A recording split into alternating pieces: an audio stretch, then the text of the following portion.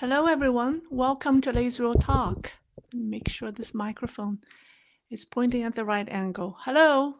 All right. How's everyone? And another week has begun. Are we ready for another week? It's only the third week into May, but I mean, April and May have been so eventful. Anyways, if you've followed my channel for a while, the name Zhang Youxia should be familiar to you. Who really controls China's military? Is it Xi Jinping or Zhang Youxia? That's been a hot topic among China watchers, and I've covered it many times. I first raised the possibility of a quiet power shift between the two back in October 12th to be exact. Since then, we've seen a string of Xi Jinping's loyalists in the PLA fall one after another. The signs are getting harder to ignore.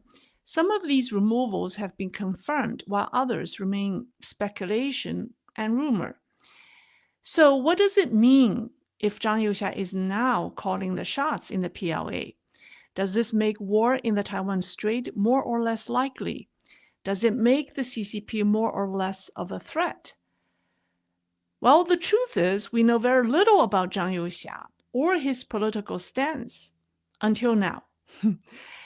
At the time, let's say back in October last year, I didn't have concrete information, just logical inferences based on how the CCP operates. But today, we're revisiting those questions with the help of new leaks from inside China. In fact, the volume of information coming out lately has been overwhelming.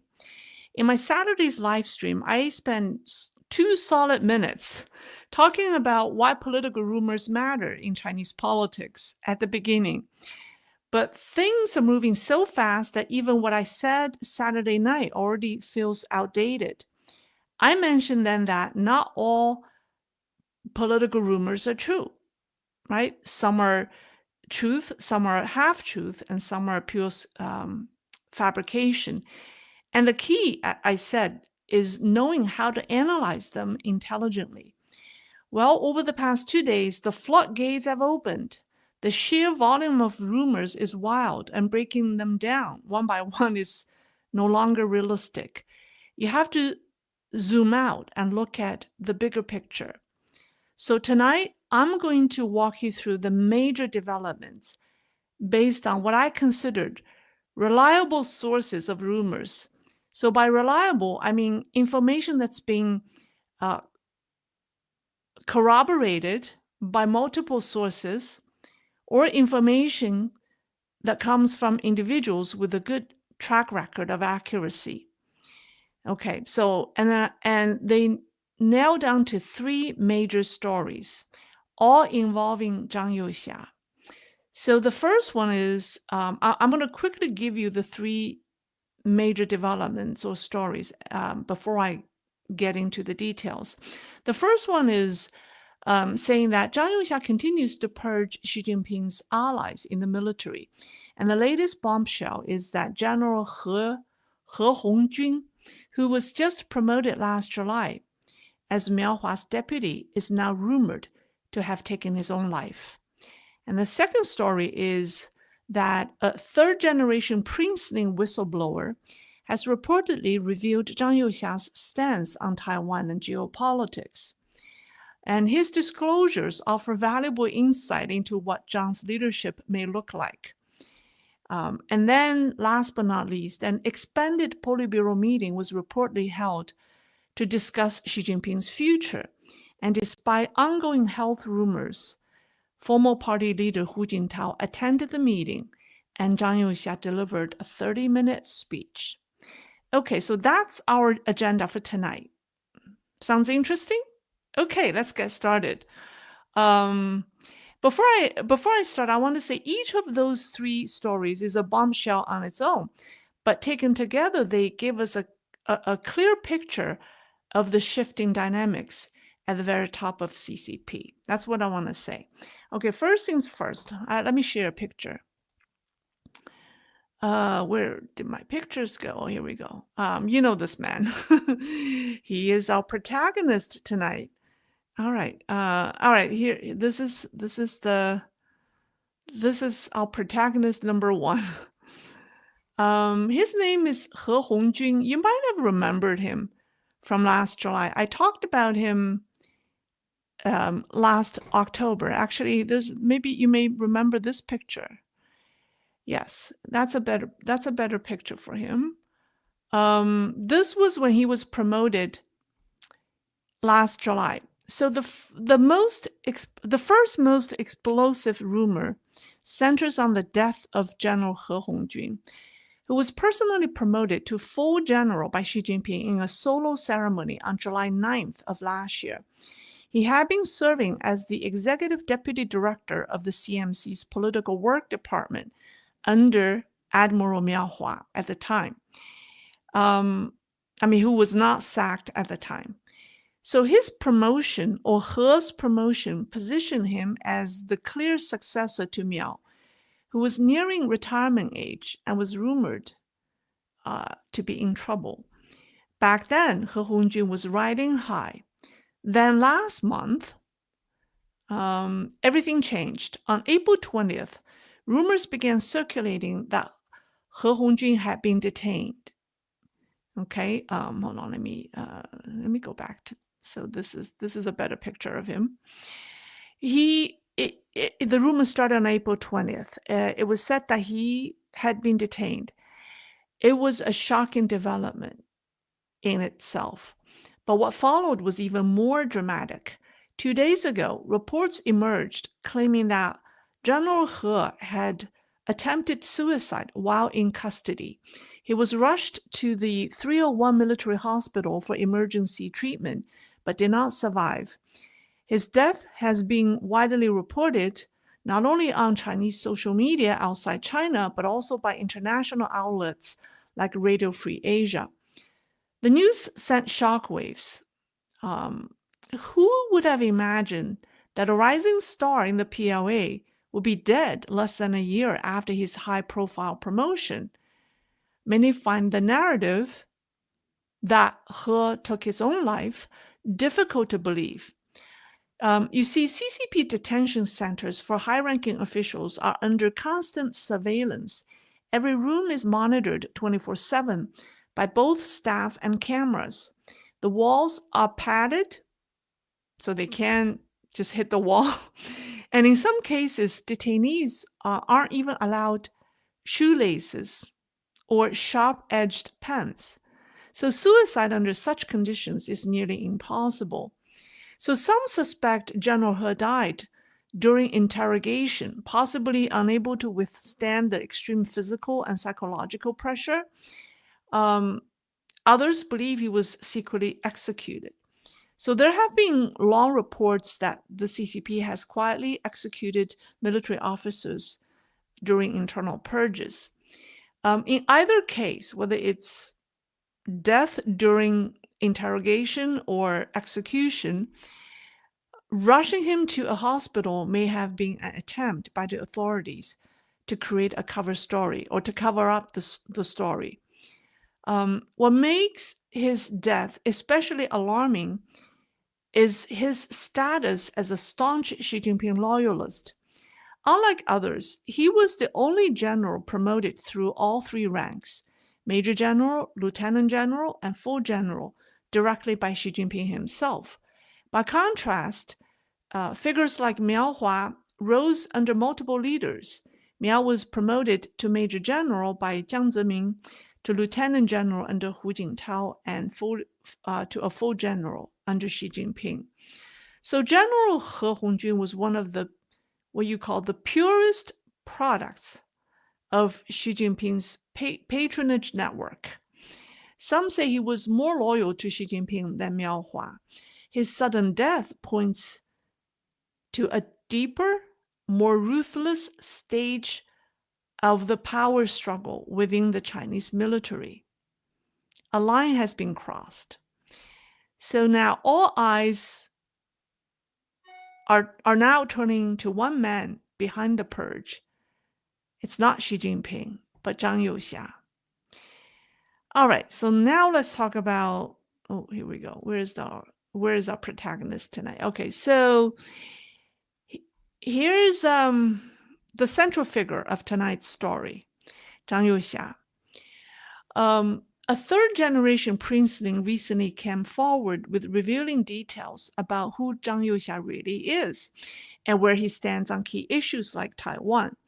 So according to this whistleblower, many commentators based outside China who oppose Xi Jinping, I think by commentators, he meant people like me. It could be YouTuber, it could be anyone who writes columns for Chinese language media outlets. So yeah, that's what he meant. So he's saying that many commentators based outside China who oppose Xi Jinping seem to be rallying around Zhang Youxia. But he cautions, don't get your hopes up. Zhang and Xi may be rivals, but ideologically, they're not that far apart. In fact, he said, Zhang Youxia might actually be more hardline. As the whistleblower puts it, he said, the struggle between Xi Jinping and Zhang Youxia isn't about ideals. It's an ugly fight over self-interest. So after the 20th Party Congress, Xi Jinping continued to tighten his grip on power, but Zhang Youxia's growing influence within the military started to raise concerns. In response, she moved to sideline him by targeting some of his key allies. For example, Li Shangfu and Wei Fenghe. So by spring 2024, Zhang Youxia had been marginalized. I have shown you pictures at politburo meetings where he was spotted sitting in the corner, right? Quietly pushed to the fringe. And there were videos or pictures showing him looking so sad, looking at Xi Jinping. So that was, his situation was especially precarious during the two sessions in spring of 2024. But according to the whistleblower, he didn't go quietly. As a decorated war veteran, a princeling, and someone with deep roots across the PLA, he knew he still had leverage. He also had a clear sense of the stakes. Two fellow princelings, General Liu Yazhou and General Liu Yuan, had already paid the price for being too outspoken and too powerful. One was jailed and the other forced into early retirement. So Zhang knew that losing control could spell disaster, not only for himself, but also for his family. So he fought back. According to the princeling, Zhang orchestrated a calculated counteroffensive that took down several of Xi's loyalists, including Miao Hua, He Weidong, and He Hongjun. Let me just show you the pictures. The three. The top three loyalists in the PLA. The top three loyalists to Xi Jinping in the PLA. And now, while the whistleblower didn't say this explicitly, Xi Jinping's rumored health problems may have given Zhang Youxia just the opportunity or the opening he needed to stage a comeback. That's my opinion. Now, one of the most surprising claims is that during the recent India-Pakistan conflict, Zhang Youxia was reportedly involved in Pakistan's military command center. It's unclear whether the whistleblower meant Zhang was physically present or involved in a more indirect behind-the-scenes way. It wasn't clear in that disclosure. But either way, if the claim is true, it suggests that Zhang Youxia's influence now extends well beyond China's borders and into the realm of regional geopolitics. And on Taiwan, Zhang and Xi Jinping don't differ much in terms of strategic goals. Both see unification with Taiwan as their core objective. But tactically, they have different opinions. Zhang Youxia favors a direct military approach, while Xi Jinping has leaned more on information warfare and diplomatic pressure. That difference could become a major fault line down the road. If if they jointly share power. The whistleblower also revealed that the armed police forces in Beijing, previously under the command of General Wang Chunning, is now firmly under the control of Zhang Youxia.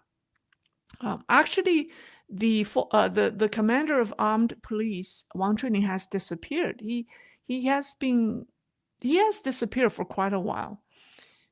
We don't know his whereabouts. So Zhang Youxia's people have taken over. So since the armed police are tasked with maintaining domestic stability, controlling them gives Zhang Youxia political weight in internal affairs. So it's not just military, right? It's also domestic issues, because that's what the armed police is tasked with. So at this point, Zhang holds so much influence that, according to the whistleblower, any future Chinese leader will likely need his blessing. Whoever succeeds Xi Jinping will have to secure Zhang Youxia's support to govern effectively. And in terms of domestic governance, Zhang may actually be more hardline than Xi Jinping. He's said to favor a military-led system, what some describe as a junta-style model. According to the whistleblower, while Zhang may abandon or roll back some of Xi Jinping's most unpopular policies, real political reform will likely to be minimal. So he warned that many critics of Xi Jinping, especially outside China, have romanticized the Zhang Youxia-Xi Jinping rivalry. Imagine it as a clash between reformers and hardliners. But that's not what this is. He said it's not about two competing visions for China's future. It's just another round of CCP infighting. And with Zhang's conservative leanings, the outcome could mean tighter control at home and even more aggressive posture abroad. So for those hoping that Xi Jinping's fall will usher in real changes, consider the above disclosure a reality check. And that's the warning from the whistleblower. All right, let's talk about the third event. I think it might be the most consequential development of all. So according to multiple sources, and the multiple sources broke this news. So it's, people believe it's true. It generally happened. So CCP held an expanded politburo meeting on May 14th with a single focus, discussing Xi Jinping's future. Now, that wasn't just a regular politburo session. It included retired generals, former standing committee members, and other senior leaders. Word is, every retired top official who was healthy enough to attend made an appearance. The meeting reportedly centered on one big question: should Xi Jinping step down? And if so, should it be a partial retirement or a full one? And former party leader Hu Jintao made a rare appearance and openly stated that over the past 10 years under Xi Jinping, only his faction, the Tuanpai, the Youth League faction, has remained loyal to Deng Xiaoping's path to Deng Xiaoping's reform and opening up policies. Zhang Youxia also gave a major speech focused on the military's anti-corruption campaign. He read out the full list of arrested generals, maybe not arrested, but generals who fell, name by name. And it was said that he talked for 30 minutes. And when he finished, the room was stunned. Virtually every general promoted by Xi Jinping since he came to power had been taken down. And so Zhang Youxia's message was clear. Xi's military network has collapsed. So at this point, the question is no longer if Xi Jinping will step down, but how to let him go without causing him or the party to lose face. So according to several sources, the meeting didn't reach final consensus, but it did reach a preliminary one, which is that this year's fourth plenum will be used to resolve key personnel issues that they couldn't reach at this meeting. So it was also reportedly decided that the Politburo Standing Committee, the 7-person team at the top, will be reshuffled, and the Central Committee will be restructured as well.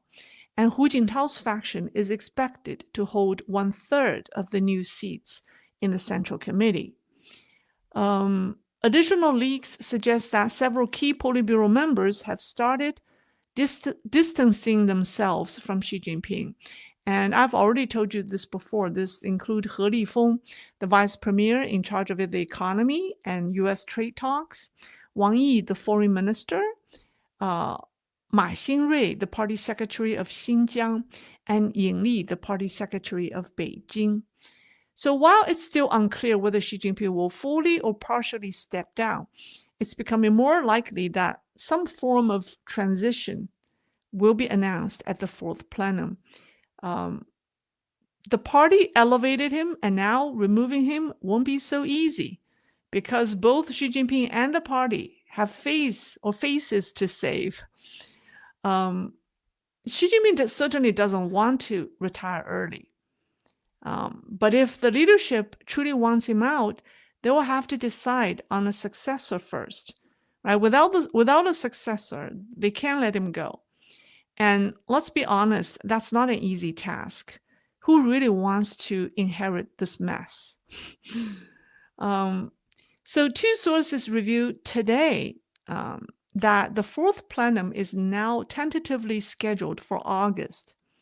One source said August, the other source said August the 8th as the preferred date, with August 16th as the backup. So that gives us about 3 months.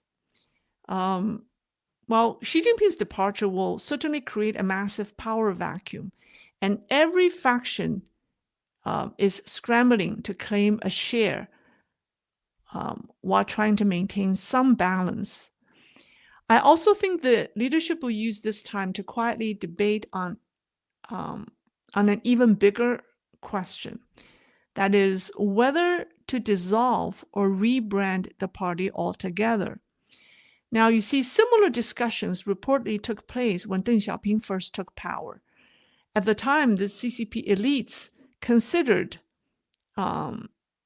abolishing or rebranding the party, or even changing the party's name. Well, they didn't go that route in the end.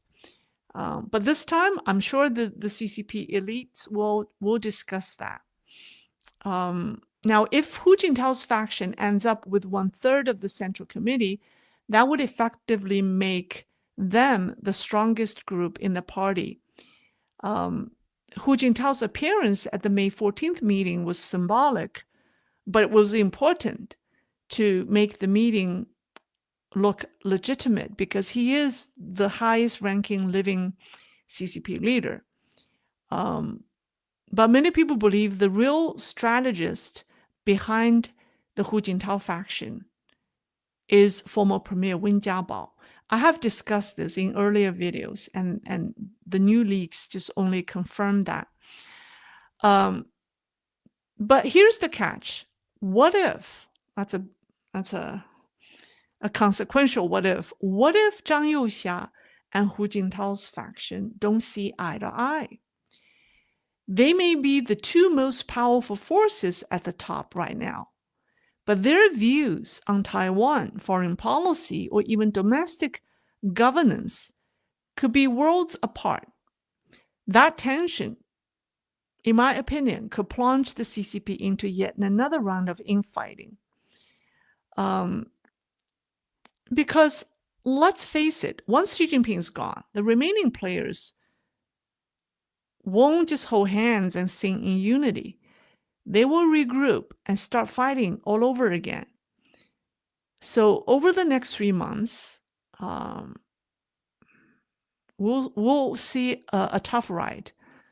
So if you haven't subscribed to my channel yet, now is the time. Please do so. I'll be breaking down these developments with good analysis that you can't get anywhere else. So please subscribe if you haven't done so. Now, let me leave you with one observation from a seasoned political commentator. And I'm sure no one has shared that before. I think it was a very good observation. He said the biggest mistake that cost Xi Jinping his grip on the military was failing to understand this simple truth. In the CCP, the army is the ultimate guarantor of power, not the Navy, not Air Force, certainly not Rocket Force. Those branches are built for fighting foreign wars. But when it comes to internal control and party politics, the army is what counts. Deng Xiaoping and Jiang Zemin were able to hold on to real influence even after stepping down as CMC chairman because they had the army's top leadership behind them. And Zhang Youxia, he comes from the army. So Xi Jinping didn't get that. He distanced himself from army officers and instead focused on promoting people from the Navy, Air Force, and the Rocket Force to prepare for a potential military takeover of Taiwan. And that's a strategic misstep. And that laid the groundwork for his eventual break with Zhang Youxia and his eventual or his ultimate power loss. Because the army has always been Zhang Youxia's stronghold. Okay, so that's my talk for tonight based on the overwhelming amount of rumors that came out of China, and I think those cannot be called rumors anymore. It reminds me of the time before the coup in the 1970s when Madame Mao's Gang of Four was taken down. It was wild too. People said that the political rumors before that happened, that took place, was also wild. So it indicates something is happening in Zhongnanhai. Now, I want to answer a question that someone sent to me today, and I think the answer is tied to what we discussed tonight. So the question goes like this. China just a couple of weeks ago sailed a squadron of warships around Australia. They went from Sydney around Tasmania and circumnavigated. Is that a word? Circumvent and circumnavigated? I don't know if there's such a word, but it seems like there's a word. They circumnavigated. They circumnavigated. They circumnavigated the whole country.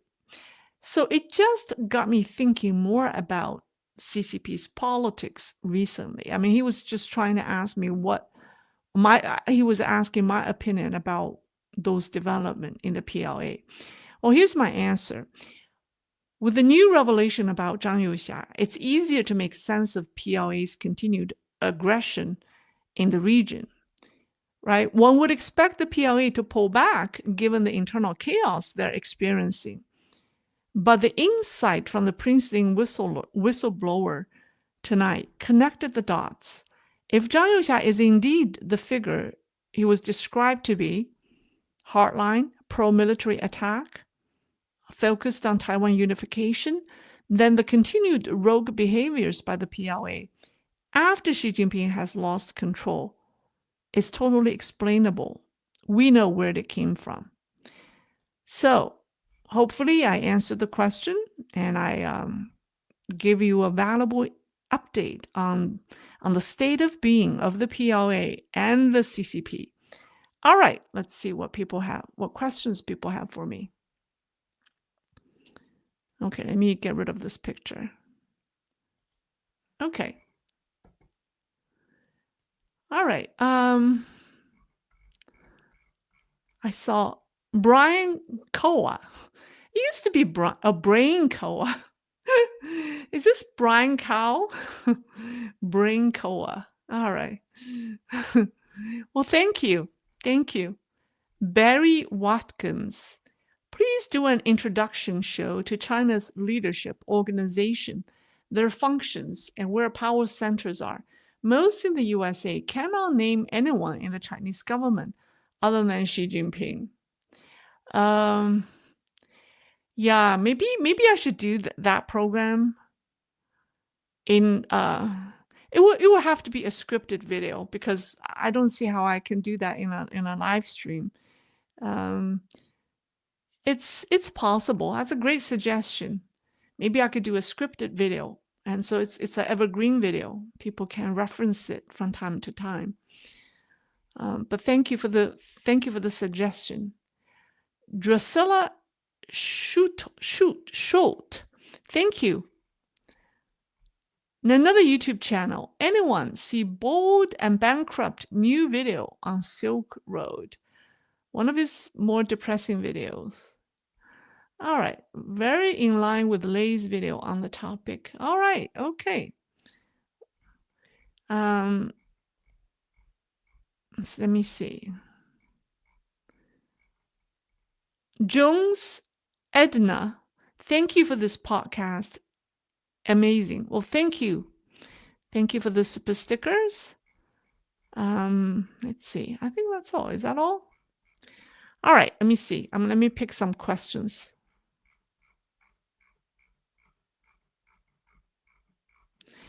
I'll just pick some random questions. If you have questions, put my name in front so I know it's for me. Okay. Chinese fire drill coming, someone says. All right. For Norbert Claudes, if the army is the guarantor of the CCP, does that mean that the army would be possibly used internally against the Chinese people? Yeah, if they use the military, they would first use the armed police, which is part of the PLA, right?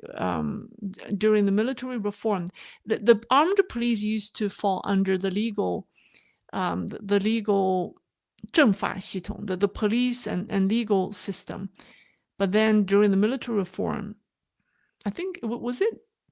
Yeah, maybe it was Xi Jinping. It was Xi Jinping who moved it into the PLA. So it's the armed police first, and then if that's not sufficient to suppress domestic uprising, then the army.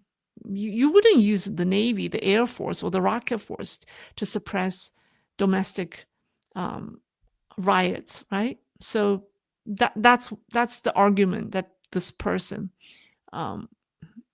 was referring to. Fred Butts, thank you for putting a CCP masterclass through this most difficult time. I lived and worked in China for 18 years up until 2018. I have dear friends from China. Okay, I hope they're doing well. I hope your friends in China are doing well. Texas Panda, thank you very much for clarifying things for people who are not in the know. Thank you. All right, let's see. D-class.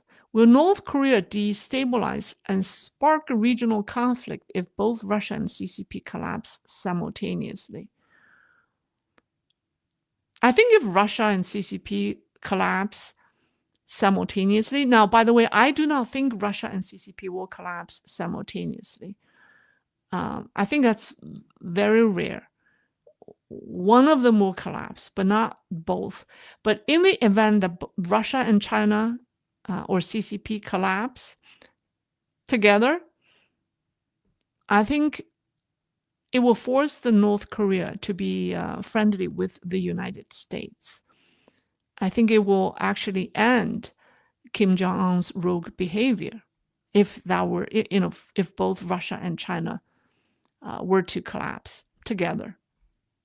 But that's just my opinion.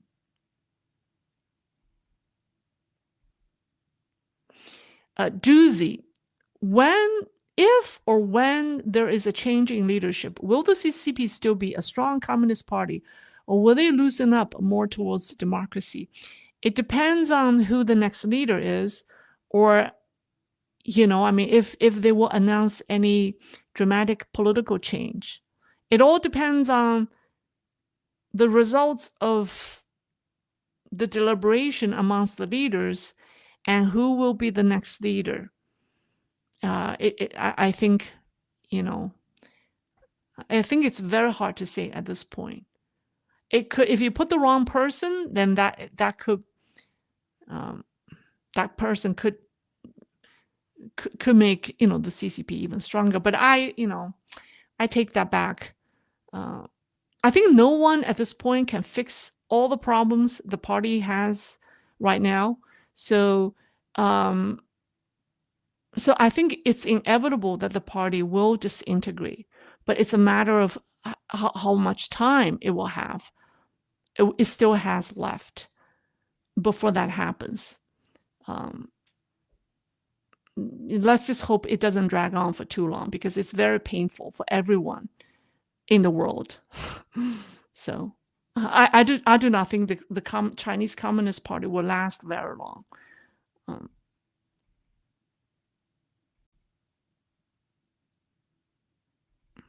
All right. Let me see.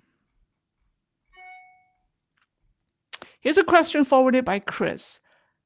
From Yukio, could happen to you, from Zhang Youxia, the same that happened to Hu Jintao?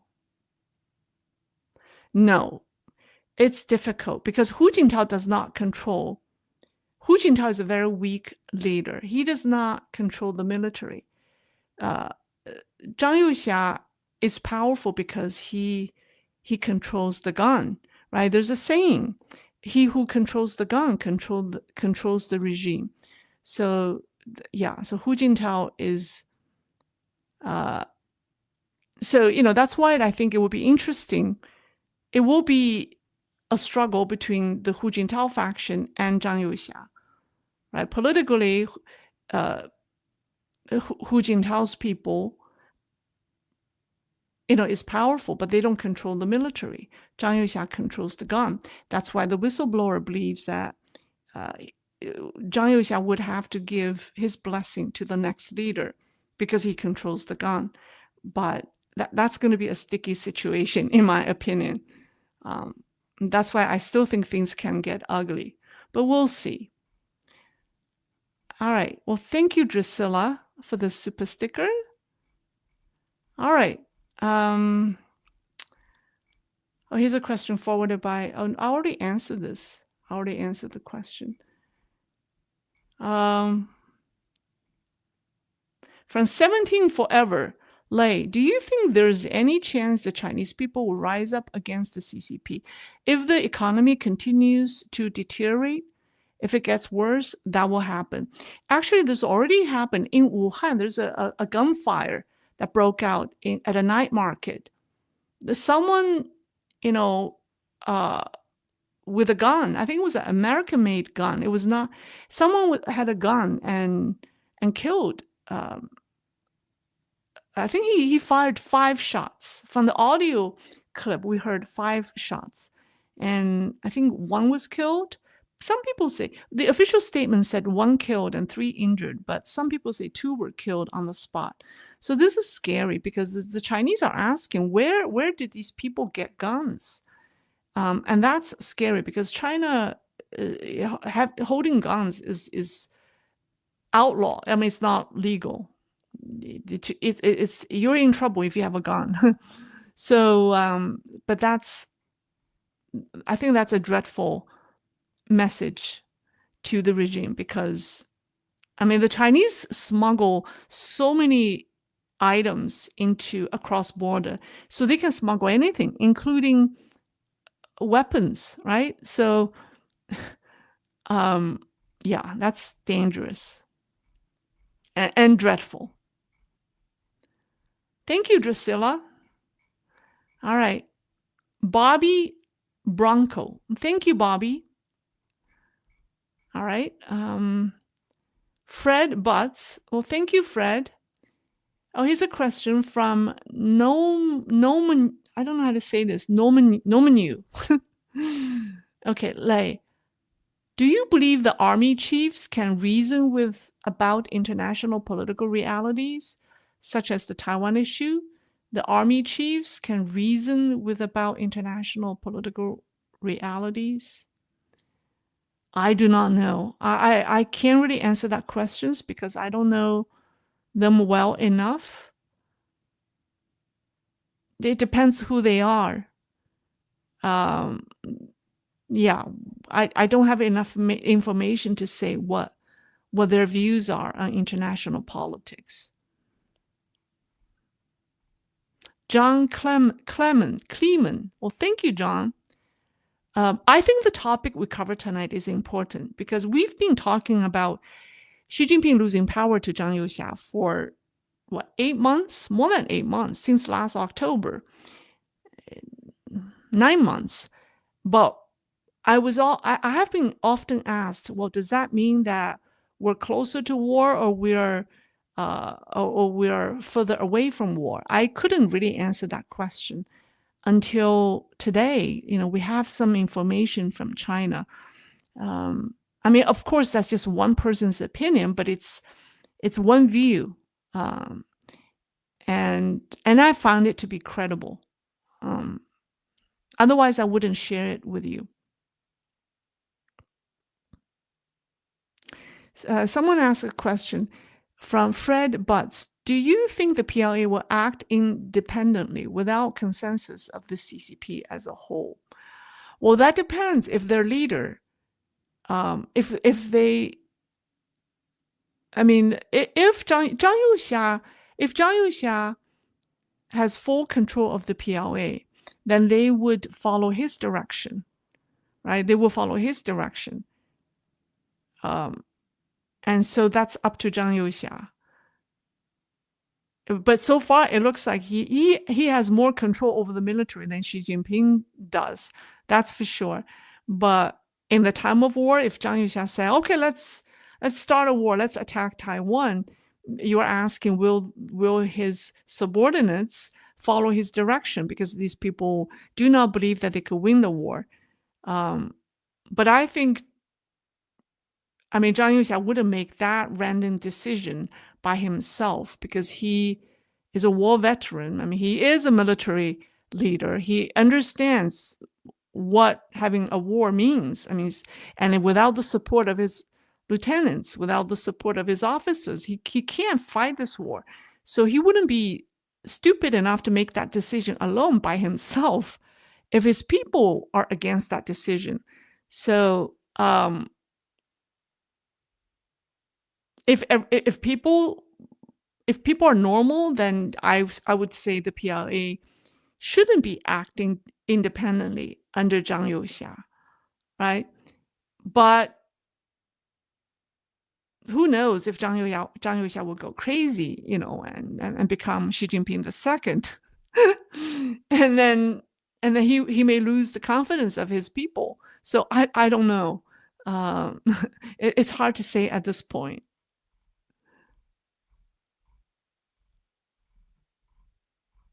Okay. All right. That's a lot of information. Okay, from Galia. Lei, you're the guiding light in CCP darkness strategy. You are great and continue to inform us, including left expatriates in mainland. Bless you. Well, I hope you do well in China. I know there are not a lot of expatriates left in China. Take care of yourself. All right. Seek the truth. Chaos will push CCP officials to wonder and worry about their standing and future. Perhaps many will take the opportunity to work with the CIA current push. Yes, I agree. I think a lot of them will take the offer from the CIA and find a way out, if not for themselves, but for their loved ones, for their children. So I think a lot of people will take that offer if they could figure out a safe way to contact the CIA. All right. All right. Okay, that's all. That's all for tonight. Oh, there's a super sticker from Trish. Well, thank you, Trish. That's all for tonight. Enjoy the rest of your evening or the rest of your day. I'll see you on Thursday. Okay, bye-bye.